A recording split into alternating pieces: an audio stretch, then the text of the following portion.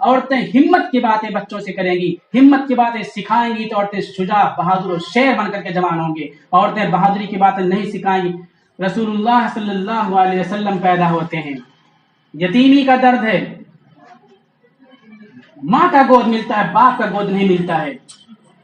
خاتم النبیین ہیں، لاڈلے ہیں، محبوب عالم ہیں، لیکن اللہ نے مرد کا گود نہیں دیا.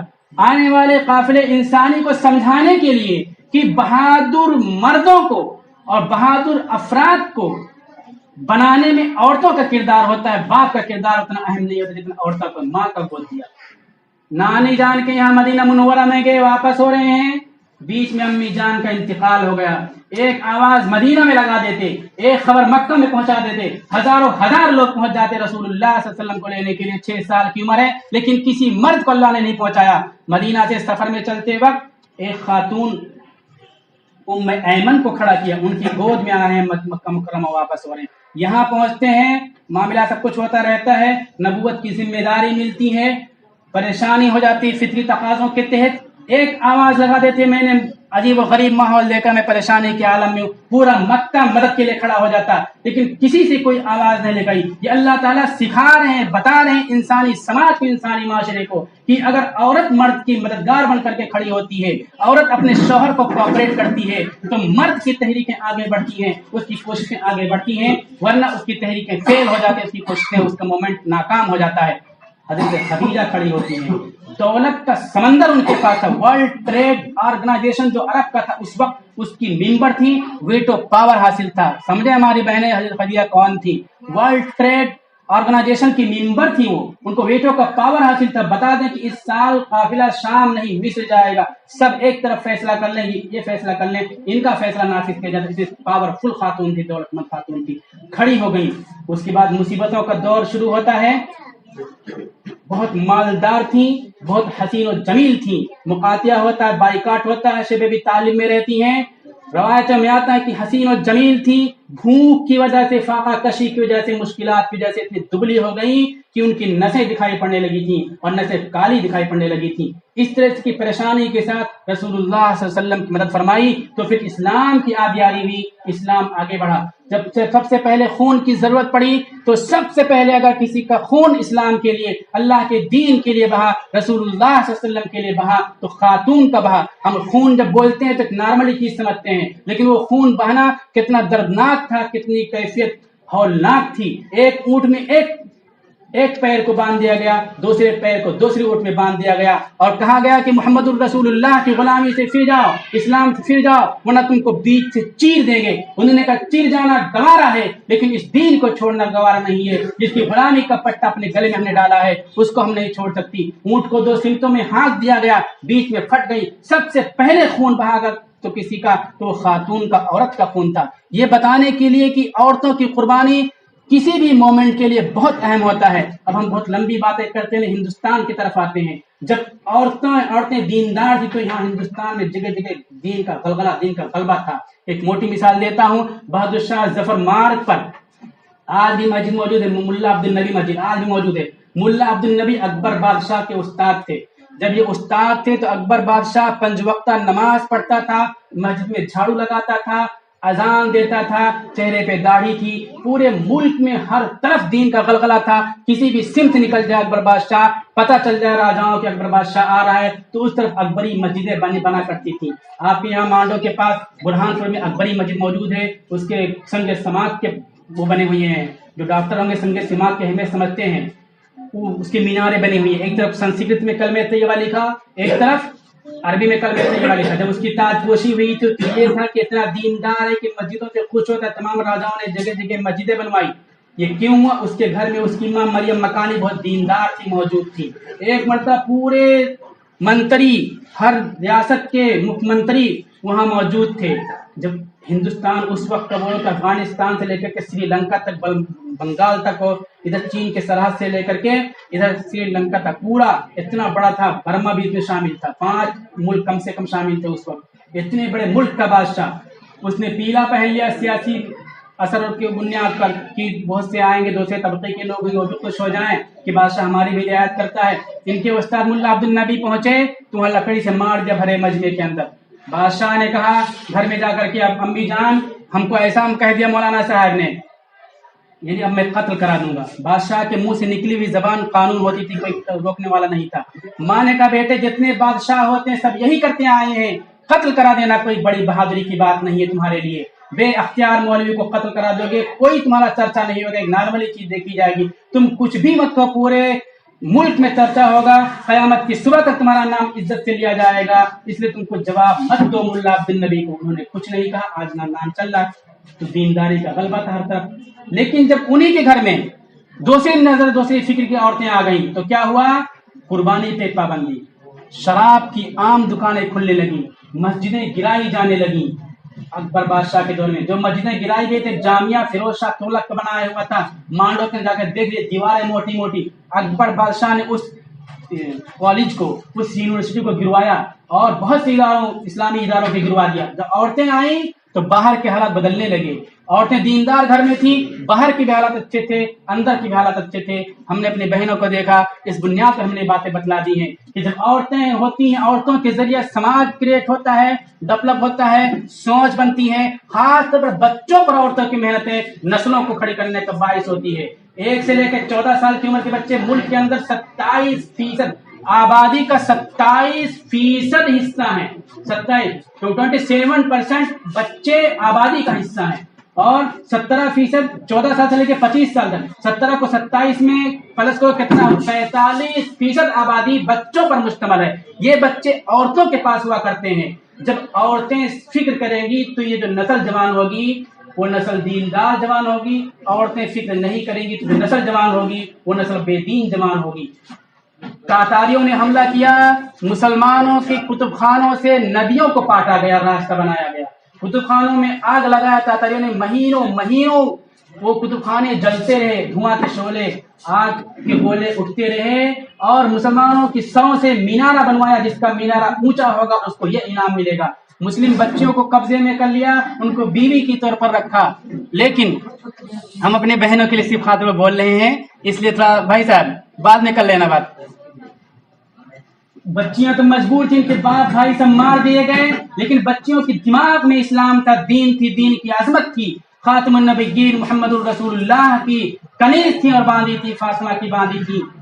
سوچ پہ قبضہ کوئی نہیں کر سکتا، ان کے جسم پر تاتاریوں کا قبضہ تھا، ان کے پیٹ پر تاتاریوں کا قبضہ تھا، لیکن پیٹ سے پیدا ہونے والے بچوں کے دماغ کو انہوں نے تبدیل کیا۔ 30 سال کے بعد وہی تاتاری 80 لاکھ کی تعداد میں مسلمان جوان ہو کر کے کھڑے ہوئی۔ جب جوان مسلمان رہے ہم عورتوں کے ذریعے سے نسلیں پروان چڑھتی ہیں اور سماج بنتا ہے، سوچ بنتی ہے، دین آتی ہے اور دین ختم بھی ہو جاتا ہے۔ اگر عورتیں دین سے بیزار ہوں گی، دین کی فکر نہیں ہوں گی۔ تو بات یہاں میں کر رہا تھا کہ قوموں کو غلامی کے دلدل سے نکلنے کا اصول اللہ نے بتلایا کہ میرا یہ نظام، میرا یہ ضابطہ ہے کہ جس قوم میں علم ہے اور جس قوم میں یقین اور ایمان ہے اس قوم کو اللہ تعالیٰ آگے بڑھائے گا۔ جس قوم میں دونوں باتوں میں سے کوئی ایک بات نہیں ہے تو وہ قوم، یا دونوں باتیں نہیں ہیں، وہ قوم ہمیشہ غلام رہا کرے گی۔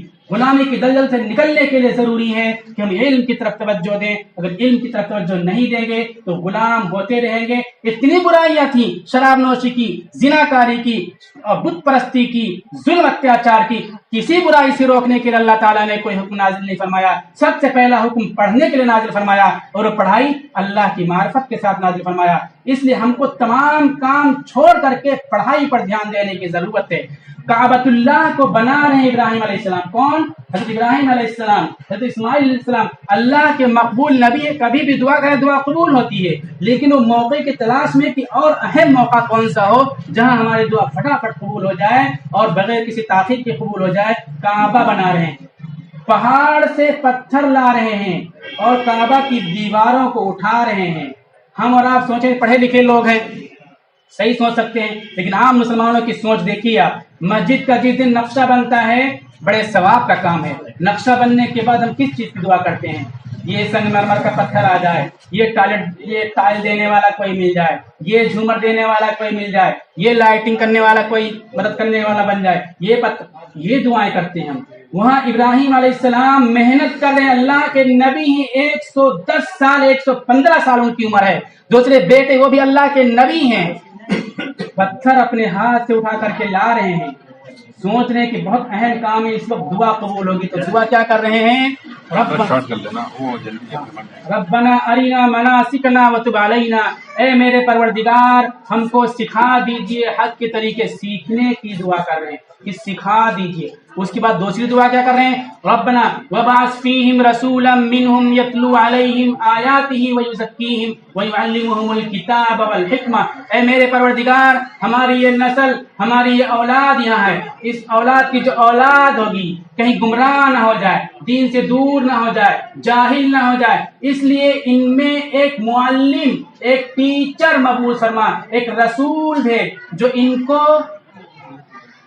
یہ تیری کتاب کی آیتیں تلاوت کر کے سنائے، ریڈنگ کر کے ان کو سنائے اور ان کی روحانی بیماریوں سے ان کو پاک کرے، اور وَيُعَلِّمُهُمُ الْحِكْمَةَ ان کو حکمت کی بات سکھائے۔ اور حکمت کہتے ہیں، حکمت کے لغوی معنی وزڈم، عقل اور دانش، اور دوسری تشریح سنت، ان کو سنت اور شریعت سمجھائے۔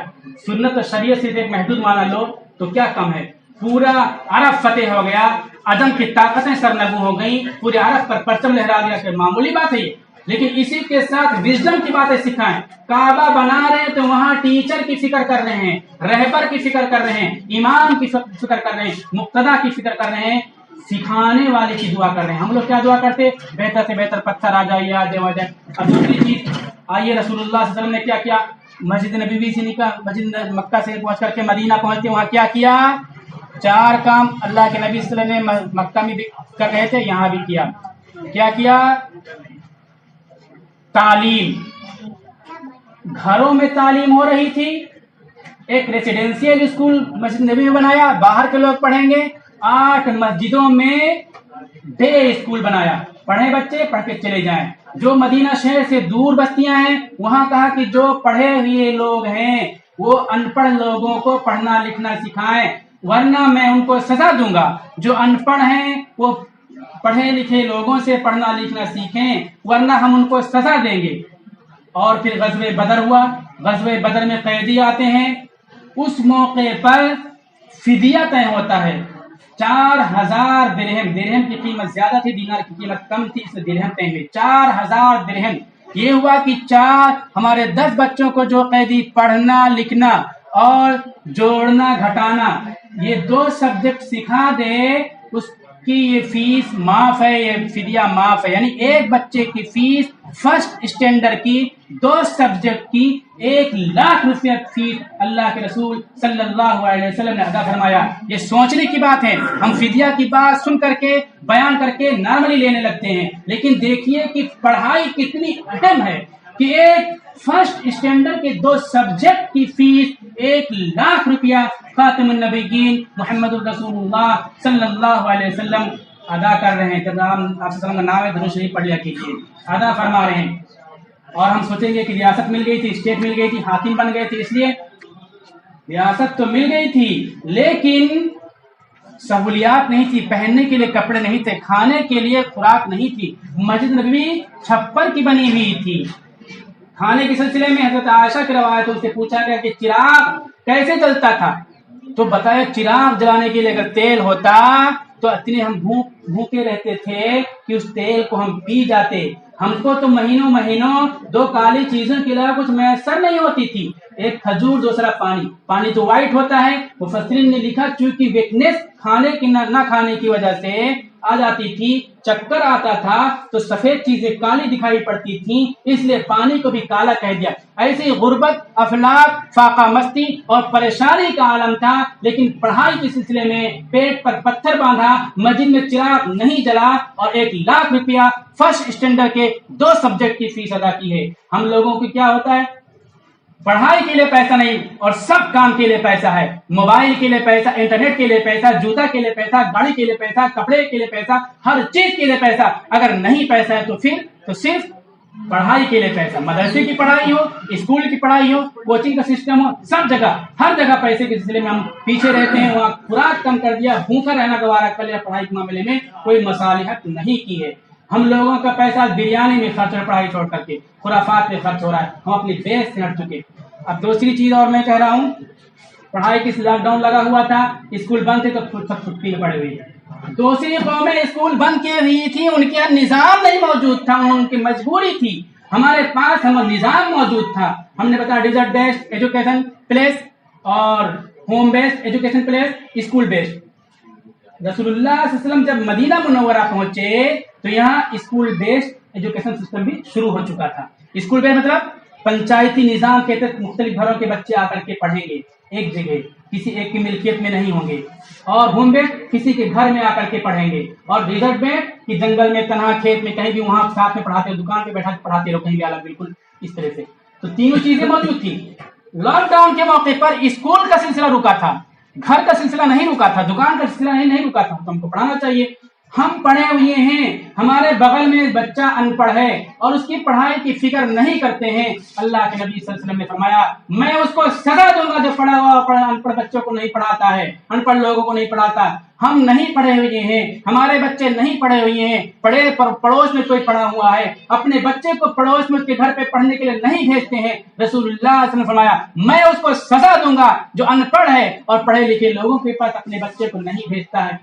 تو دو چیزیں موجود تھیں لاک ڈاؤن کے موقع پر. اور پھر ایک بات یہ آئی کہ اللہ کے نبی صلی اللہ علیہ وسلم نے دو سبجیکٹ پر توجہ دی تھی، لینگویج اور میتھمیٹکس. ٹیچر لوگ یہاں موجود سمجھتے ہیں جس بچے کی لینگویج اچھی ہوگی، جس بچے کا میتھمیٹکس اچھا ہوگا، وہ تمام سبجیکٹ میں آگے نکلتا جائے گا. وہ جس بچے کی لینگویج خراب ہوگی، جو بچہ میتھمیٹکس میں کمزور ہوگا شروع پیریڈ میں، وہ بچہ آگے نہیں نکل سکتا، کوئی کمپٹیٹو ایگزام کو کوالیفائی نہیں کر سکتا. اس لیے ہم لوگوں کی ذمہ داری ہے کہ ہم تعلیم کے سلسلے میں لوگوں کے اندر بیداری لائیں، کوشش کریں. جو لوگ کوچنگ کلاسز چلاتے ہیں ان کے بارے میں کہتا ہوں اس سلسلے میں ہوم بیسڈ ایجوکیشن جو ہے یہ سنت ہے. اس کے علاوہ ایک اور میں روایت تلاوت کر دوں. موسیٰ علیہ السلام، ہارون علیہ السلام، ان کی قوم غلام تھی، ان کی آنکھوں کے سامنے کے لڑکوں کو قتل کیا جاتا تھا، بول نہیں سکتے تھے. جیسے ہمارا حال بن چکا ہے، اس طرح سے بول نہیں سکتے تھے. سنا اللہ نے کہا وَأَوْحَيْنَا إِلَى مُوسَىٰ وَأَخِيهِ أَن تَبَوَّآ لِقَوْمِكُمَا بِمِصْرَ بُيُوتًا وَاجْعَلُوا بُيُوتَكُمْ قِبْلَةً. ہم نے موسیٰ اور ہارون کو وحی کی کہ یہ ظلم و بربریت کا ماحول ہے، تمہارے پاس کوئی وسائل نہیں موجود ہیں، تم کہیں کھل کے بات نہیں کر سکتے، اسکول نہیں چلا سکتے. کیا کرو اپنے گھروں کو سینٹر بنا لو، تعلیم و تربیت کا مرکز بنا لو. غلامی کے اندھیروں سے نکلو گے، غلامی کی گڑھوں سے ہم تم کو نکال کر کے فاتح بنا دیں گے، اس ملک کا تم کو وارث بنا دیں گے. موسیٰ علیہ السلام کو اللہ تعالیٰ کہتے ہیں. اس سنت کے مطابق رسول اللہ صلی اللہ علیہ وسلم نے عمل کیا، صحابہ نے عمل کیا. 8 سال کے بعد فاتح بن کر کے مکہ مکرمہ میں پہنچے اور ایران کسرا ہرقل جس کے پاس بڑی بڑی فوجیں تھیں، 3 لاکھ فوجیں، یہاں سے 30,000 مسلمان پہنچے سرحد پر، وہ جنگ نہیں کر سکے، مقابلہ نہیں کر سکے. اللہ نے اتنے فتوحات عطا فرمائی. تو بنیادی طور پر جو بات ہے قوموں کی عزت افتخار کے لیے آپ لوگوں کی ذمہ داری کی سوچیں بیٹھ کر کے اللہ نے نظام بتلایا کہ قومیں غلامی سے اس وقت نکلیں گی جب ان میں تعلیم ہو اور ایمان ہو. تعلیم اور ایمان کے سلسلے میں ہماری بہنیں سب سے اہمیت رکھتی ہیں. ان کی ذمہ داری ہے کہ چھوٹے بچوں پر خوب محنت کریں. یہ بچوں کی سوچ بنا سکتے ہیں، سوچ تبدیل کر سکتی ہیں. ان کی گود میں پلنے والے بچے بہادر بنیں گے، قوم کا کام کرنے والے بنیں گے. یہ صحیح تربیت نہیں کریں گی تو بچے جاہل بن کر کے جوان ہوں گے. اس کے بعد اور لوگوں کی ذمہ داری ہے. پھر میں چائنیز سے ان پر اپنی بات کو ختم کرتا ہوں. If you want growth and development for centuries, then you educate people. السلام علیکم.